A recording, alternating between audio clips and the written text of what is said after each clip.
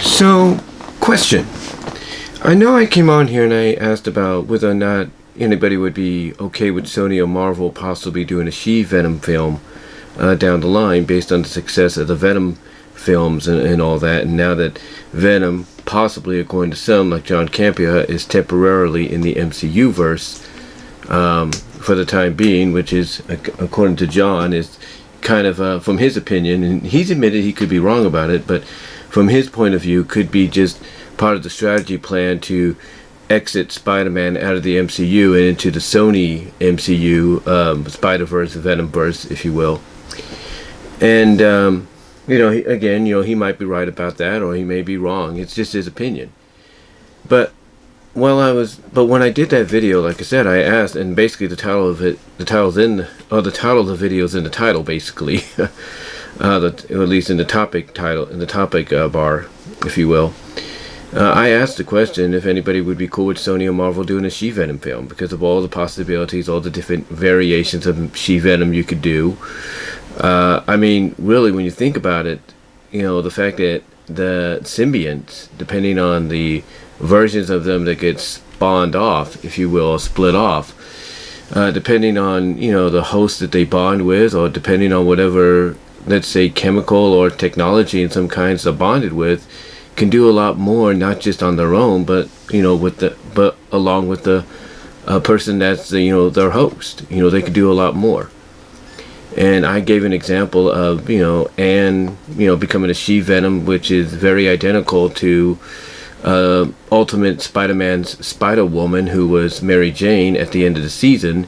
And that was as a result of her having what was left of the Carnage symbiont inside of her body, and thus the Carnage symbiont basically bonded with her DNA and allowed her physical body to basically shapeshift into whatever inanimate weapon, object, or disguise she might need, or even into a Spider-Woman suit for for missions and trying to save the world, save the city. So, I thought, so basically I brought up the fact that we could potentially get a version of She-Venom like that has that ability to where, Anne is so bonded with the symbiont right now, the Venom symbiont, or part of it, that it's basically merged with her DNA, and now she doesn't have to, not just, wait for the Venom symbiont to envelop her and become She-Venom to do a lot of these interesting things. She can actually, possibly do it with her body, as herself and stuff. I mean, I even suggested, a possibility that in the movie you could have her just, melt down into a puddle of ooze, because she's, bonded DNA-wise in and out with the She-Venom symbiont, and slither into the tub or do it in the tub and just, relax like, a puddle of goop, for the day until something comes up or disturbs her. But anyway, now that I think about it too, I mean, because I've been, been interesting as to finding out the history of all the other symbionts that are in the Marvel universe, mostly the Spider-Man, the Spider-Verse, if you will. And there's so many out there. I mean, you got Riot, you got Toxin, you got Shriek. I think it can Shriek at times becomes a symbiont, or gets bonded by a symbiont, mostly a Carnage one. And we even saw that in the Ultimate Spider-Man cartoon. We have Scream, we have Alt Black, that's the name, Alt Black, I think. Mana, Mana, I think, is another one. Just several of them. And then one that recently came out but didn't really have much of a lifespan, according to what people are saying, and that is Scorn. And Scorn was basically a hybrid symbiont of not just symbiont spun off by Carnage, but a hybrid symbiont that is bonded with technology and basically technology and I guess you could say electronics and all that, thus allowing whoever bonds with that symbiont to do more than just what a regular symbiont does. You also have anti-venom, you have maximum carnage, you have I think, what is that, War Carnage, that version of Carnage that has the symbol on its head. You have all these different versions. But what's interesting and fascinating about them is you never know what you're going to get. You never know what abilities might be altered, let's say for movies or shows or whatever interpretations, they might, be part of. You never know what you're going to get. You might think you're going to get something that you've read from the comics, but then it's, similar but completely different. And to me, it seems that with Venom, they're not just potentially setting up a darker Spider-Verse, Venomverse for the Tom Holland Spider-Man to enter into, possibly, according to some like John Campea, but they're also potentially setting up, an all symbiont movie. We get word that, they want to do the Sinister Six, they want to do Spider-Man, Spider-Woman, I should say, as a movie. They want to do Silk as a TV series through Amazon. That might change in the future, who knows. They want to do Black Cat and Silver Sable again, or at least resume that. So there's all these other Spider-Man-like films and related films that they want to do to create their own Spider-Verse, their own MCU Spider-Verse, if you will, or their own Marvel Cinematic Spider-Verse, if you will. So, the possibilities of what, we could get out of what happens in the next several years is endless. It is an endless possibilities, of what we could potentially see come forward after this whole thing with Spider-Man No Way Home, Doctor Strange and the Multiverse of Madness, and Venom's involvement somehow, whether or not it allows Sony, as people like Comic Book Cast 2 are reporting, to now play in the MCU sandbox with the agreement of, hey, we'll let you keep Spider-Man in the MCU, but you let us come in and you let us have our characters be part of it. That's something to kind of look forward to and be intrigued by, because you got movies like Morbius, another Spider-Man one, Kraven the Hunter, some of the other ones that they're working on, along with those that I just mentioned previously. The possibilities of what we'll get out of this whole scenario when it's all said and done within the next, I would say, October, so next 4.5 months, the possibilities of what we can get, are limitless. The unknown, unlimitless, of possibilities. When you think about it, it's an unknown, unlimitless, possibilities of what we could get. And a symbiote-based movie, I think would be great. I think awesomely would be great. I mean, you hint at the fact that Venom wants to tell Brock all about, the symbionts, let him in on the secrets and everything. You're opening the door for symbionts like Toxin to show up with that ending of, before the post-credit scene. You have that ending with the detective, his eyes opening up and saying monsters, and his eyes are glowing. You're leaving the door open for Toxin to show up. You're leaving the door open for possibly Carnage to come back, because even though Carnage was destroyed, basically reabsorbed, I guess, a bit into Venom, there's still that possibility, because even though Carnage was destroyed, there's probably parts of him that's still out there that they could explain as Carnage going on this murder path, this killing spree, and leaving parts of himself behind, accidentally or maybe even on purpose. So so basically you leave the door open for Toxin to show up. You leave the door open for Carnage maybe to show up, maybe even bond with Shriek, although Shriek is supposedly dead, but we don't know, because she gets a bell dropped on top of her, and some would say that the vibration of her scream in the bell would kill her, maybe blow up her brain, blow up her head, who knows. But again, some people have said we don't see that she's dead, and a lot of people feel, when John Campea did a poll in his open spoilers discussion, a lot of people feel that she's still alive. So there's that possibility. So you're leaving the door open for a lot of this. You're even leaving the door open, as I mentioned in the previous video, for She-Venom to show back up. And I know that people like John Campea and others would say that she doesn't necessarily, that Anne basically is not necessarily getting a kick out of, or being more willing to bond with Venom because she's starting to like it, more than she's letting on, but she does it out of necessity.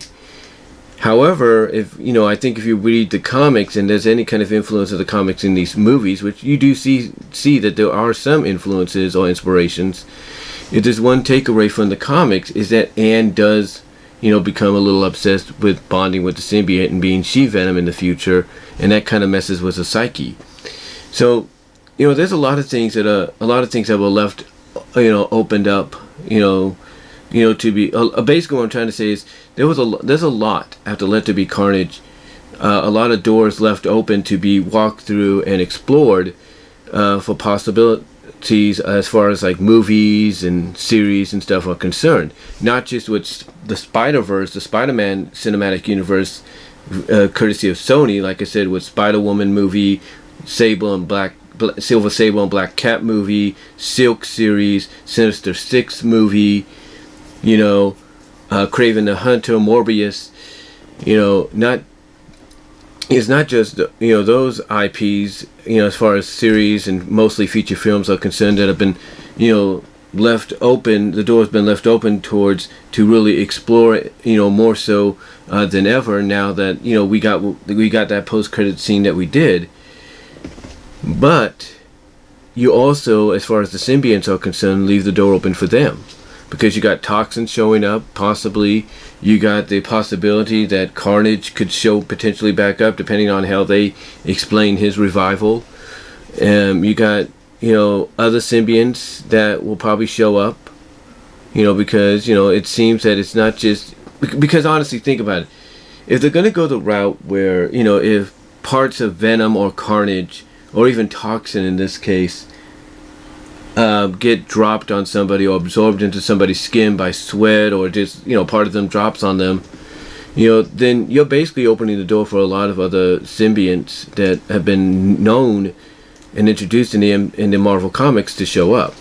Like I said, you still got Scream that could show up. You got Riot. I think was Riot in the first film. Let me see. Let me see.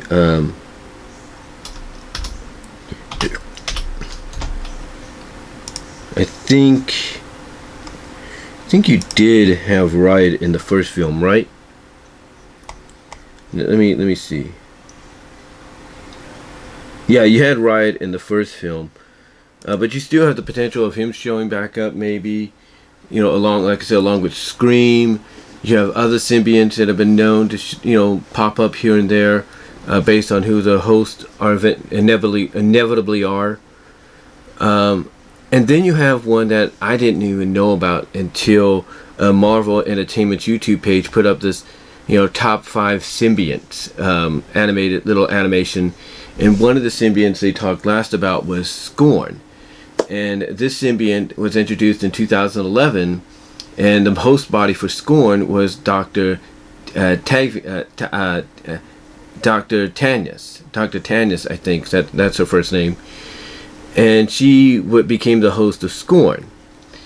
And Scorn has a unique history where it's like the host, the symbiote, well, not the host, but the symbiote doesn't like Spider-Man, although the host of the symbiote does. So it's an interesting kind of dynamic and relationship to where it sounds like the Scorn symbiote starts to influence the Doctor a little bit more as time goes on, until she meets her untimely fate at the hand of Carnage. Bit of spoilers there, but that's in the comics. And when they talked about Scorn, and then I looked up more about the Scorn character, I was like, this would be an interesting symbiont to see in a movie.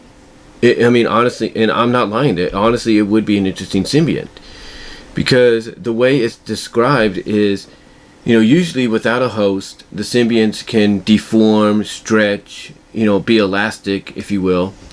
But the Scorn symbiont, because it is a hybrid mixture of technology and the symbiont itself, which is a symbiote spawn as Carnage, because it is a combination of those two things, that it can deform and stretch along with the host. In other words, the person that's bonded to it can stretch and deform along with the symbiont. And what's funny is we kind of got a little bit of taste of that in the Ultimate Spijder-Man miniseries, where Mary Jane temporarily got turned into Queen Carnage, and when they tried to get Mary Jane to fight, the Carnage symbiote to, get back her free control, the Carnage symbiote basically turned into a ball, and she was just coming out like this, like it had deformed her. And of course, because of her being freed from it finally, but having the symbiont left in her, or parts of it, bonded to her DNA permanently, basically her body, without the symbiont itself covering her up in costume or whatever, or becoming the alter ego, her parts of her body, as herself, can become anything she needs. But again, when I read about the Scorn character, I'm like, well, this sounds really intriguing, and this would look, and honestly, honestly, what I'm trying to say is, I wouldn't have a problem with it. I would not have a problem with it. I mean, yes, we had seen the Scorn character before in the MTV Spider-Man series, but that was a different Scorn character. That was based off Venom, along with characters like Alt Black, I think, and Mana, if you will. And then, of course, like I say, you got things like Anti-Venom and all that. But like I said, basically, when I read about this version of Scorn that debuted in 2011, I was like, this would look really good on the screen. I mean, with the technology we have now, especially what they've been able to showcase in the Venom movies and stuff, to me this would be something nice to really see, because you already have an established character in the comics that you could have bond with the Scorn symbiont. And just imagine not only the moments and the scenes you could have with the Doctor bonded with the symbiont as Scorn, being able to deform and stretch and everything, and the reaction, let's say, Eddie Brock Venom can get from it, like, whoa, I've never seen a symbiont do that with their host. Things like that. So imagine that reaction you could get, like, because Venom, when he saw Carnage pop up, he's like, he retreats back into Brock's body, and Brock's like, what the hell? What are you doing? And he's like, oh crap. He's like, oh, that's a red one. Because, he knows how dangerous being a symbiont, and having all this knowledge that he wants to, that it teases like he's going to share with Brock throughout the film and at the end. He pretty much knows that a red one's a little bit more powerful than an average symbiont. And so you could just imagine, maybe in a future Venom film, if they decide to bring Scorn in, and they see Scorn and the host, the Doctor being the host, whoever they would get to play the Doctor Tanis character in a movie, just imagine, Venom's reaction, like, oh shit, like he's bonded with Brock, and then maybe the head part goes back, and then you see maybe it just comes to the side, like it flows back like a hood, but Brock still has the Venom body and everything, but then you see Venom's head just slick around, like, oh crap, I've never seen a Venom. And then he looks at Brock and goes like, oh crap, I've never seen a Venom symbiont, or I've never seen a symbiont do that with its host, or something like that. Imagine the comedic reaction. It would be like, like I said, the head part kind of comes down, he still has the Venom body, but then Venom's head just comes to the side near Brock's, and he looks at Brock and goes,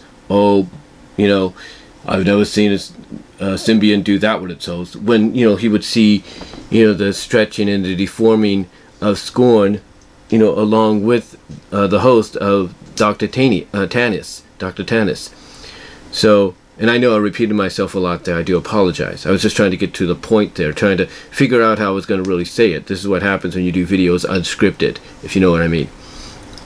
But basically, imagine the reaction if they saw that. Imagine the reaction of, Anne, maybe, if, let's say, they decide they're going to make this version of Scorn a good girl, and, she decides, I want to test something out, and she's helping Anne do some research, and she and Scorn, basically she allows the symbiont to turn her into Scorn again.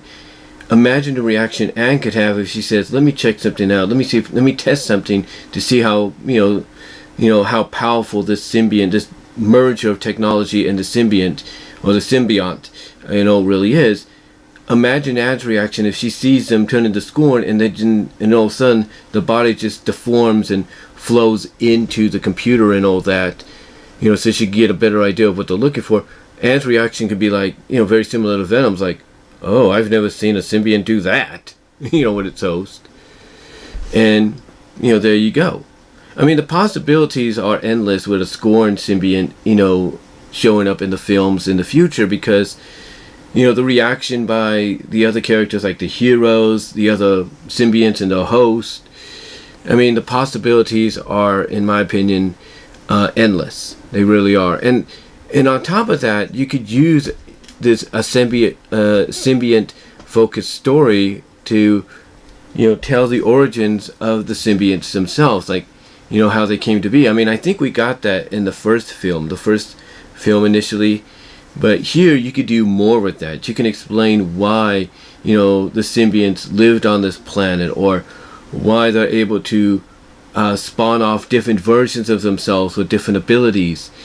I mean, to me, I think a lot of people would thoroughly enjoy that, because not only could you have Venom still be the focal point, but imagine him facing off or teaming with different Venoms, different symbionts, in a symbiont related movie, if you will. Like let's say they do a third Venom movie, they can make that the symbiote focused movie, where you have not just Brock as Venom, but then maybe you have him team up with Anne as She-Venom, and then maybe you have the Dr. Tanius show up and she's Scorn, and then maybe you have the detective show up and he's Toxin, but the good Toxin. And then you have him face off against Carnage, and then maybe Scream, returning Riot, the possibilities, or and whoever else possibly I should say they can get, and the possibilities of how, with the CGI technology and everything you have, the possibilities of, and I know I say a possibility, I know I'm saying possibilities a lot in this video, but that's the point of it. I'm just, you got to think about what could be. And that's why a lot of people use the same word over and over again in videos. But like I said, the possibilities of what you could see as a battle between these characters. I mean, we saw it, in the recent Venom Let There Be Carnage, and we saw it in the first Venom. So imagine how spectacular from a CGI technology standpoint it could be with, a team of good Venoms or anti-hero Venoms against villainous, dangerous killer Venoms, in their host, basically. I mean, it would be awesome to see. It would be awesome, especially if you decide that as a culminating battle, you have all the symbionts along with the host. The catch would be, because, in the comics, the symbionts do this because they don't have a host. So they have to do something to keep themselves stabilized and being able to move on their own till they find a host, which they eventually do. But imagine if the twist in the film is you have the symbionts along with the host start bonding together and merging into hybrid. And basically, basically the reaction, again, you could get out of the characters of like, oh crap. Like you could have Venom, speak his mind and say, out of all the times I've seen this happen, I've never seen it happen with, what I'm trying to say is you could have Venom basically react on behalf of himself and the other, symbiont, the good symbionts and their host. You can have Venom be like, out of all the times I've, seen this happen on our home planet, I've never seen it happen along with, people, along with the host bodies as well. Like basically have him, acknowledge that he's never seen the host bodies also fused together, in a merging kind of way along with the symbionts. So that, to me, imagine that being like the twist. Like instead of the symbionts doing it on their own, that they've infected the host so much that the hosts also bond with them and merge along with them to become hybrid. I mean, to me, I think it would be an awesome sight on the screen. I really do. So along with, like I said, all these other Spider-Man related films that they're doing that are based in the Spider-Man universe, MCU verse, whatever you want to call it, from Spider-Man No Way Home, to to an extent, Doctor Strange Multiverse of Madness, to Sinister Six, to, you know, Black Cat, Silver Sable, to Kraven the Hunter, to Morbius, you know, to Spider-Woman as a film, to the Silk series. Imagine what a 10th, imagine, well, not a 10th, but imagine the 8th project they could put under the belt being the symbiont related story, basically Venom 3. You know, imagine Venom 3 being that symbiont war, if you're looking for, if you know, looking to potentially expand, because we know there's a story called Planet of the Symbiotes. So why not go that route where you say, okay, let's bring that to the big screen, and, you know, off to the races you go with what I've just mentioned as a possibility of what you could get for a climactic battle and all that, with the good symbionts and their host, or the anti-hero good symbionts and their host, and the villainous killer symbionts and their host, and then that twist at the end. To me, that would be perfect. That would be French kiss, if you will, as some people put it. But what do you guys think? Would you be up for the third? Would you be okay with the third Venom film being, you know, based somewhat loosely on the, what was it, the Planet of the Symbiote storyline? Or would you rather have an all symbiont storyline where it's its own thing, but you do have Venom in it, but it doesn't have the Venom name? It's just, you know, a symbiont storyline with a different title, called maybe Planet of the Symbiotes or Origin of the Symbiotes or whatever. What are your thoughts? Let me know down below in the comment section, as well as during the live chat, as well as in the live chat, I should say, during the premiere. Like the video. Check me out on Patreon at Beer Iron Walmer BW Roses. Really would love your support there as of right now because of what's been going on. As well as check out my Teespring store. We really like your support there as well because of what's going on. Check me out at BW Roses on all your favorite audio podcast locations except for Pandora. As well as check me out at BW Roses on Vimeo for PMVs, AMVs that you can't get anywhere else except there due to potential copyright reasons. But let me know what your thoughts are, and I do apologize if I sounded like I was rambling a little bit or being repetitive. It is late. It's about 1:05 in the morning. But again, let me know what your thoughts are, and I will talk to you later, and I am out.